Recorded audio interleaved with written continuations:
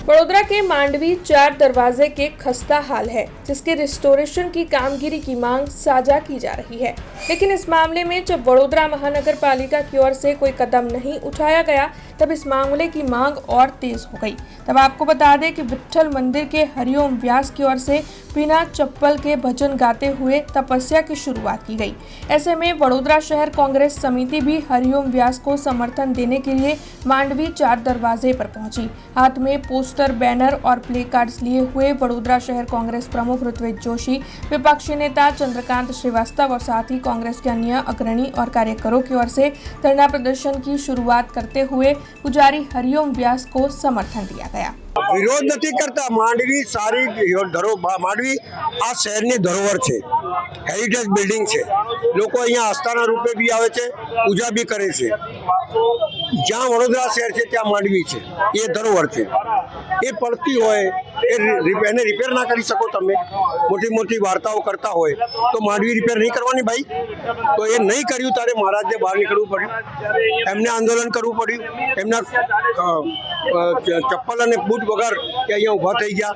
એટલે શરમ આવી જોઈએ કે ધર્મ જે કર્મ શીખવાડે છે એનો મહારાજ માંડવી નીચે ખુલ્લા પગે ઊભો હોય તોય તમને શરમ નથી આવતી। તાત્કાલિક આ માંડવીને રિપેર કરો એવી અમારી માંગ છે।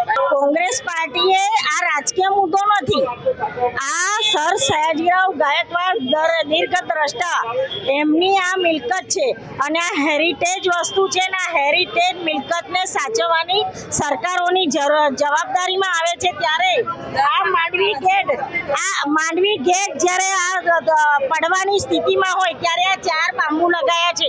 આ શરમજનક બાબત છે અને જ્યારે અમે ન્યાય માટે લડીએ છીએ ત્યારે આ પોલીસને આ લોકો આગળ કરે છે અમારી ધરપકડ કરવા માટે। આવી જેટલી પણ ધરપકડો અમારી કરાવશે અમે ડરતા નથી, પણ આ સર સયાજીરાવ ગાયકવાડની સંસ્કારી નગરી અને એની અંદર આ માંડવી ગેટ એની મરામત નહીં કરે તો કોંગ્રેસ રસ્તા ઉપર ઉતરીને આંદોલન કરશે। એક મહંતને ઉઘાડા પગે ચાલવું પડે એ શરમજનક બાબત કહેવાય। આ સંસ્કારી નગરીમાં મહંતની પૂજા થાય છે અને આ મહંત ઉઘાડા પગે ચાલવાની ટેક લે જ્યાં સુધી આની મરામત ના થાય એને અમે સપોર્ટ કર્યો છે। ત્યારે આપ સૌ સાક્ષી છો, આ પોલીસને બોલાવે છે અને આ પોલીસથી અમે ડરવાના નથી ને ડગવાના નથી, રસ્તા ઉપર आंदोलन करते।